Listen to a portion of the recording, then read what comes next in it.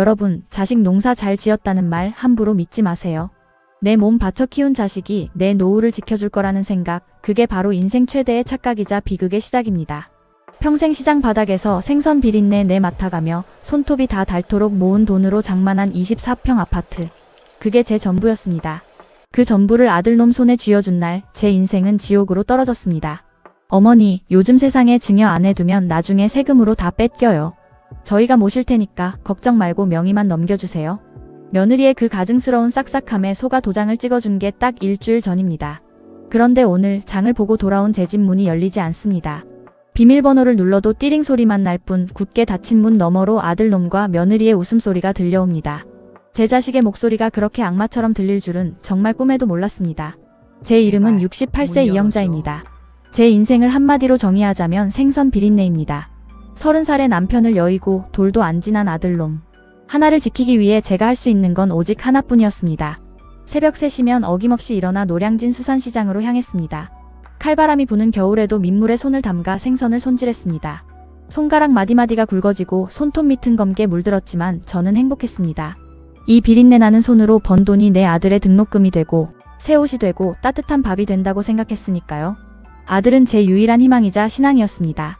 엄마, 내가 나중에 성공해서 엄마 호강시켜줄게. 그 한마디에 모든 고단함이 씻겨 내려갔습니다. 밤늦게까지 공부하는 아들을 위해 굽은 등에도 불구하고 밤새 불을 밝히고 앉아 있었습니다. 제 옷 한 벌 제대로 사입지 못하고 맛있는 반찬은 오로지 아들 밥상에만 올렸습니다. 그렇게 아들은 명문대를 졸업하고 번듯한 대기업에 취직했습니다. 주위 사람들은 영자씨, 자식 농사 정말 잘 지었어 라며 부러워했습니다. 저 역시 제가 인생의 승리자라고 믿었습니다. 아들이 결혼한다고 며느리를 데려왔을 때 저는 세상을 다 얻은 것 같았습니다. 며느리는 애교가 많았고 제 비린내 나는 손을 덥석 잡으며 어머니, 고생 많으셨어요. 이제 저희가 효도할게요 라고 말했습니다. 그 말에 저는 마음이 완전히 녹아내렸습니다. 사돈댁 형편이 그리 좋지 않다는 말에 저는 제가 평생 모은 돈을 털어 아들 내외의 전세 자금을 마련해 주었습니다. 그것도 모자라 제가 살고 있던 24평 아파트까지 결국 그들의 손에 넘겨주게 되었습니다. 어머니, 요즘 증여세가 얼마나 무서운지 아시죠? 지금 명의를 넘겨두셔야 나중에 세금 폭탄 안 맞아요. 그리고 요즘 누가 부모님 따로 모셔요? 저희가 이 집에 들어와서 어머니 모시고 살게요. 아들과 며느리의 치밀한 설득이 시작되었습니다. 처음에는 망설였습니다. 이 집은 제 마지막 보루였으니까요. 하지만 자식들이 저를 모시고 살겠다는데, 그것도 제 집에서 모시겠다는데 거절할 명분이 없었습니다. 무엇보다 자식을 믿었습니다. 내가 어떻게 키운 자식인데 나를 배신하겠냐는 그 안일한 믿음이 제 눈을 가렸습니다. 증여 서류 목록에 도장을 찍던 날 며느리의 입꼬리가 미세하게 경련하는 것을 봤어야 했습니다. 그것은 기쁨이 아니라 저를 완벽하게 속였다는 승리감의 표현이었습니다. 명의가 이전된 지 딱 일주일이 지난 오늘 저는 친구들과 환갑기념 여행을 마치고 집으로 돌아왔습니다. 양손 가득 아들놈이 좋아하는 갈치와 며느리가 좋아하는 과일을 들고 말이죠. 하지만 도어락은 비밀번호를 거부했습니다. 몇 번을 다시 눌러도 마찬가지였습니다. 불길한 예감이 엄습했습니다. 문을 두드리자 안에서 아들의 목소리가 들렸습니다. 누구세요? 엄마. 왜 벌써 오셨어요? 벌써 오다니? 내 집에 오는데 무슨 상관이야. 문 열어라. 엄마, 이제 이 집 우리 명의잖아요. 우리도 사생활이 있는데 이렇게 불쑥불쑥 오시면 곤란하죠. 그리고 우리 당분간 둘이서만 지내기로 했어요. 어머니 짐은 다 정리해서 경비실에 맡겨뒀으니 그리로 가보세요. 세상이 무너지는 것 같았습니다. 문 너머로 들리는 며느리의 비아냥거리는 웃음소리. 여보, 이제야 좀 사람 사는 집 같네. 그 비린내 나던 짐들 다 치우니까 속이 다 시원하다. 제 귀를 의심했습니다. 평생을 바쳐 키운 자식이 저를 비린내 나는 짐 취급하며 길바닥으로 내몬 것입니다. 경비실 앞에 던져진 파란색 플라스틱 짐가방 3개. 그게 제가 30년을 일궈온 인생의 전부였습니다. 지나가는 이웃들의 수군거리는 소리가 송곳처럼 가슴을 찌릅니다. 저 할머니 아들한테 집 해주고 쫓겨났다며? 쯧쯧, 요즘 세상에 자식을 믿다니 미쳤지. 저는 그 자리에 주저앉아 차마 오열하지도 못하고 꺼이꺼이 우는 소리만 냈습니다. 손에 들려있던 갈치는 바닥에 뒹굴었고 제 인생도 그렇게 바닥에 팽개쳐졌습니다. 하지만 아들과 며느리는 몰랐습니다. 제가 그들에게 넘겨준 건 오직 집뿐이라는 것을요. 저는 짐가방 속을 뒤져 며느리가 미처 발견하지 못한 작은 비단 주머니 하나를 찾아냈습니다. 거기엔 제가 젊은 시절 남편을 여의고 홀로 아들을 키우며 마지막까지 품고 있던 아들놈은 존재조차 모르는 또 다른 땅이 등기권리증과 인감도장이 들어있었습니다. 그래, 너희가 사람 대접을 거부한다면 나도 부모 노릇 그만하련다. 내가 가진 돈이 얼마나 무서운지 너희 뼈저리게 느끼게 해주마. 저는 눈물을 닦고 일어섰습니다. 배신감으로 부들부들 떨리던 다리에 힘이 들어갔습니다. 이제부터 제가 할 일은 딱 하나. 그들이 그토록 원하던 돈으로 그들의 인생을 지옥으로 만드는 것이었습니다. 경비실 앞 플라스틱 의자에 앉아 꼬박 밤을 지새웠습니다. 야속하게도 하늘에선 차가운 봄비가 내리더군요. 제 인생도 이 비처럼 축축하게 젖어 들어갔습니다. 새벽쯤 되었을까? 화려한 외제차 한 대가 아파트 지하 주차장에서 빠져나오다 제 앞에 멈춰 섰습니다. 운전석엔 아들놈이, 조수석엔 며느리가 타고 있더군요. 어머, 어머니, 아직도 여기 계셨어요? 누가 보면 저희가 구박해서 내쫓은 줄 알겠네. 며느리는 창문을 살짝 내리고는 명품 선글라스를 고쳤으며 말했습니다. 아들놈은 저와 눈도 마주치지 못한 채 핸들만 꽉 쥐고 있더군요. 제가 들고 있던 갈치 봉지를 보더니 며느리가 코를 킁킁거립니다. 아이씨, 차에 비린내 배겠네. 어머니, 제발 그 지긋지긋한 생선 좀 치우세요. 이제 우리 수준에 맞게 우아하게 좀 살자고요. 아, 그리고 경비 아저씨한테 말해뒀으니까 이제 단지 안으로 들어오지 마세요. 입주민들이 불쾌해요. 그 말을 남기고 차는 미끄러지듯 떠나갔습니다. 제 가슴속에서 무언가 툭 끊어지는 소리가 났습니다. 그것은 30살부터 38년간 지켜온 모성애라는 마지막 줄이었습니다. 그래, 너희에게 나는 그저 지워야 할 비린내였구나. 너희의 우아한 삶을 위해 나는 경비실 짐짝처럼 치워져야 할 존재였구나. 저는 젖은 몸을 이끌고 근처 찜질방으로 향했습니다. 가방 깊숙이 들어있던 비단 주머니를 꺼냈습니다. 거기엔 30년 전 제가 시장통에서 장사를 시작할 무렵 남편의 고향 친구였던 박 변호사가 제게 신신당부하며 만들어준 서류가 있었습니다. 영자씨, 아들 하나 믿고 살다가 나중에 뒤통수 맞으면 약도 없어. 이 땅은 절대로 아들한테 말하지 말고 영자씨 환갑 넘어서까지 꼭 쥐고 있어. 이게 영자씨 생명줄이야. 그 땅은 당시엔 쓸모없는 맹지였지만 지금은 신도시 개발구역에 포함되어 보상금만 수십억에 달하는 금싸라기 땅이 되어 있었습니다. 아들놈은 제가 그저 시장에서 번 푼돈으로 아파트 하나 마련한 줄 알지만 저는 아들 몰래 매달 조금씩 그 땅에 세금을 내며 버텨왔습니다. 하지만 복수는 단순히 돈을 안 주는 것으로 끝나선 안 됩니다. 저들이 제게 준 모멸감, 제 인생을 쓰레기 취급한 그 대가를 똑똑히 치르게 해야 했습니다. 저는 떨리는 손으로 박 변호사에게 전화를 걸었습니다. 30년 만에 들려온 그의 목소리는 여전히 신중했습니다. 박 변호사님, 저 영자예요. 이제 그 칼을 써야 할 때가 온 것 같습니다. 제 아들과 며느리, 그 인간들 명의로 된 아파트부터 시작해서 모든 걸 원래대로 돌려놓고 싶습니다. 며칠 뒤 아들이 제가 있는 찜질방으로 찾아왔습니다. 사과하러 온 줄 알았습니다. 그래도 내 새끼니까 무릎 꿇고 빌면 한 번은 기회를 주려 했습니다. 하지만 아들의 입에서 나온 첫마디는 제 심장에 대못을 박았습니다. 엄마, 혹시 아빠가 남긴 그 선산 땅 서류 엄마가 갖고 있지? 그거 지금 팔면 우리 사업 자금으로 딱인데 며느리가 어디서 들었나 봐. 엄마 어차피 그거 관리도 못하잖아. 얼른 내놔. 아들은 제 손목을 거칠게 낚아채며 가방을 뒤지기 시작했습니다. 며느리가 뒤에서 팔짱을 끼고 거듭니다. 어머니, 어차피 죽으면 다 우리 거 될 텐데 왜 이렇게 고집을 피우세요? 좋게 말할 때 내놓으시지. 그래야 저희도 어머니 요양원비라도 내드리지 않겠어요? 요양원. 그 단어를 듣는 순간 정신이 번쩍 들었습니다. 이 자식들은 저를 부모가 아니라 돈 나오는 기계, 그 이상도 이하도 아니게 보고 있었던 겁니다. 저는 아들의 손을 뿌리치고 뺨을 후려갈겼습니다. 38년 만에 처음으로 내 새끼에게 든 손이었습니다. 나가라. 너희 같은 짐승은 내 자식이 아니다. 이제부터 내가 너희에게 무엇을 줄지 똑똑히 지켜보거라. 하지만 그건 너희가 원하는 돈은 아닐 거다. 아들과 며느리는 분노하며 돌아갔습니다. 어머니, 후회할 줄 아세요? 이제 우리 아는 척도 하지 마세요. 그들의 뒷모습을 보며 저는 차갑게 웃었습니다. 후회는 너희가 하게 될 거다. 저는 박 변호사를 만나 부양 의무 불이행에 따른 증여 취소 소송을 준비하기 시작했습니다. 이른바 불효자 방지법. 효도를 조건으로 넘겨준 아파트를 다시 뺏어오는 싸움입니다. 그리고 그들이 그토록 탐내던 선산 땅은 사회에 환원하거나 그들을 가장 괴롭힐 수 있는 방식으로 처분할 계획을 세웠습니다. 다음날 아침 아들놈 명의의 아파트에 부동산 가압류 통지서가 날아들었습니다. 복수는 이제 시작일 뿐입니다. 아파트 거실 한복판에 빨간 딱지가 붙던 날 며느리는 짐승처럼 울부짖으며 저를 찾아왔습니다. 이번엔 찜질방이 아니라 제가 박 변호사님의 도움으로 임시로 머물고 있는 작은 오피스텔이었죠. 문을 열자마자 며느리는 제 멱살을 잡을 듯이 달려들었습니다. 이 노인네가 진짜 미쳤나?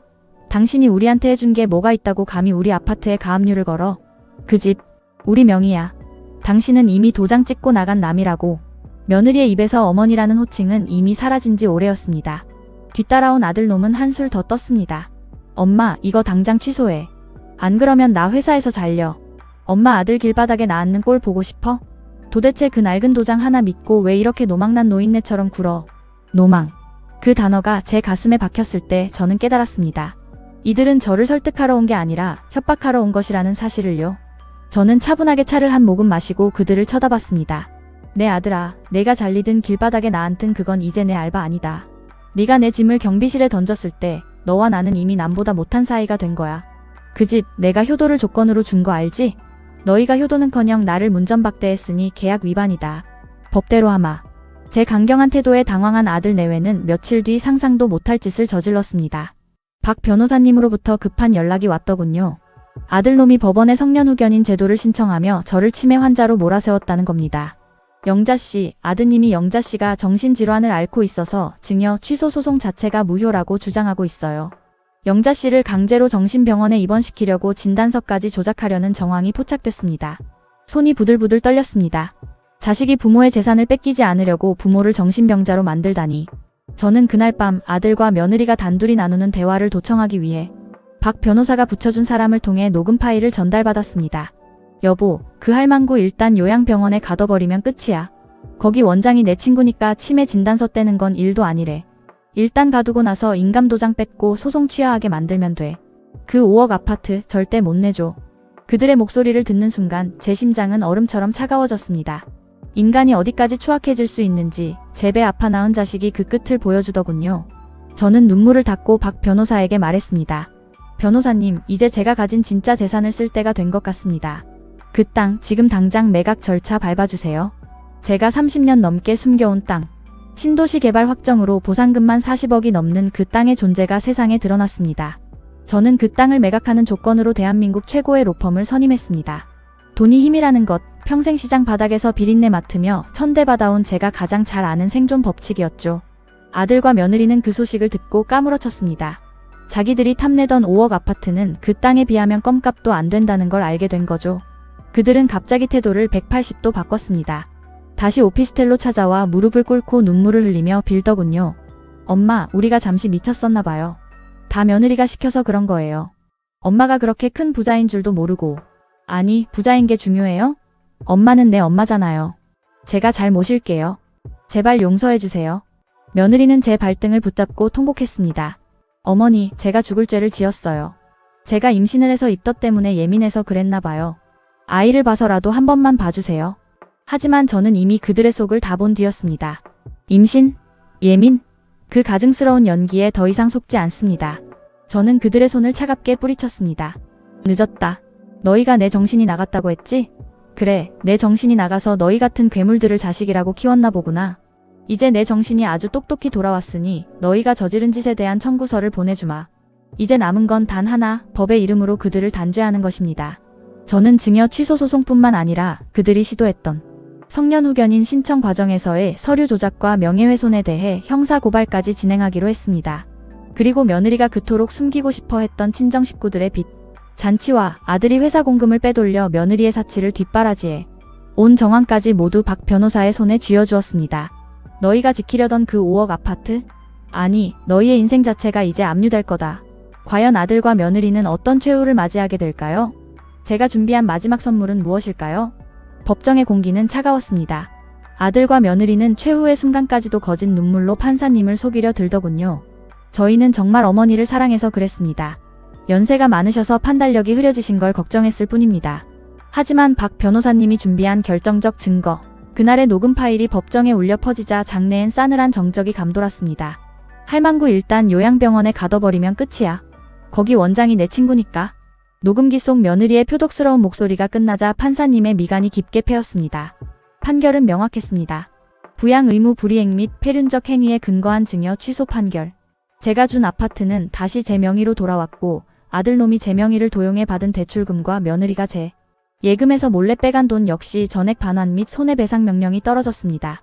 아들은 자리에 주저앉아 머리를 쥐어뜯었고 며느리는 판사님 앞에서도 제게 소리를 지르더군요. 이 노인네야. 자식 망하는 꼴 보니까 속이 시원해? 당신 손주 인생은 어쩔 거야?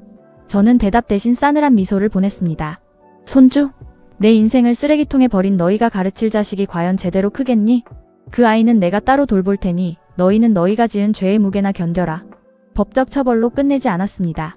아들이 회사 공금을 빼돌려 며느리의 명품 가방을 사준 정황을 회사 감사팀에 제보했습니다.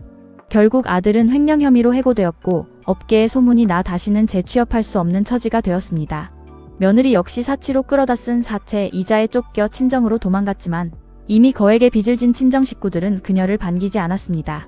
한 달 뒤 제가 되찾은 아파트 앞에 며느리가 초라한 몰골로 나타났습니다. 명품 100대 신검은 비닐봉지를 들고 있더군요. 어머니, 제발 살려주세요. 길바닥에 나 앉게 생겼어요. 아파트는 돌려드렸잖아요. 남은 돈이라도 좀. 저는 문을 열어주지 않았습니다. 대신 인터폰 너머로 차갑게 말했습니다. 비밀번호 바꿨다. 아파트 복도에 내가 버린 내 짐들이 아직도 눈에 선하구나. 그 비린내 나던 짐짝처럼 너도 내 인생을 책임지고 살아라. 이제 너희는 내 자식도 내 식구도 아니다. 다시는 이 근처에 발붙이지 마라. 경비실에 이미 접근 금지 신청해뒀다. 그날 밤 아들이 보낸 구걸 섞인 문자를 모두 차단했습니다. 제 가슴 한구석이 아릿하긴 했지만 슬픔보다는 해방감이 더 컸습니다. 38년을 자식이라는 이름의 감옥에서 간수로 살아왔던 세월이 드디어 끝난 것입니다. 저는 수십억의 땅 보상금을 받아 장학재단을 설립했습니다. 저처럼 배우지 못하고 시장 바닥에서 고생하는 어린 학생들을 돕기로 한 거죠. 그리고 남은 돈으로는 전국을 여행하며 제 인생을 즐기고 있습니다. 이제 제 손에는 생선 비린내가 나지 않습니다. 대신 향긋한 커피향과 책 냄새가 배어있죠. 자식에게 모든 걸 다 주고 빈털터리가 되어 효도를 구걸하는 것만큼 미련한 짓은 없습니다. 자식은 내 소유물이 아니고 내 인생을 대신 살아주지도 않습니다. 이제야 저는 이영자라는 제 이름을 찾았습니다. 가끔 아들과 며느리가 노숙자 쉼터를 전전한다는 소식이 들려오지만 저는 더 이상 흔들리지 않습니다. 그건 그들이 선택한 인생이고 저는 제가 선택한 이 평화로운 노후를 지킬 뿐입니다. 여러분 기억하세요. 자식에게 줄 가장 큰 선물은 돈이 아니라 부모가 자식 없이도 행복하게 잘 사는 당당한 모습입니다. 도장은 끝까지 쥐고 계세요. 그리고 여러분의 인생을 먼저 사랑하세요. 오늘의 이야기가 여러분께 작은 위로와 경각심이 되었길 바랍니다. 자식이라는 이름의 굴레에 갇혀 평생을 희생해오신 우리 시대의 모든 부모님들, 이제는 남이 아닌 나를 위해 살아가셨으면 좋겠습니다. 여러분의 생각은 어떠신가요? 주인공 영자씨의 선택이 옳았을까요? 아니면 그래도 자식인데 한 번 더 기회를 줬어야 했을까요? 여러분의 소중한 의견을 댓글로 남겨주세요. 비슷한 사연으로 가슴 아리 중인 분들에게 이 영상이 작은 힘이 되었다면 구독과 좋아요, 그리고 알림 설정 부탁드립니다. 끝까지 시청해주셔서 감사합니다. 오늘도 평안한 하루 되시길 바랍니다.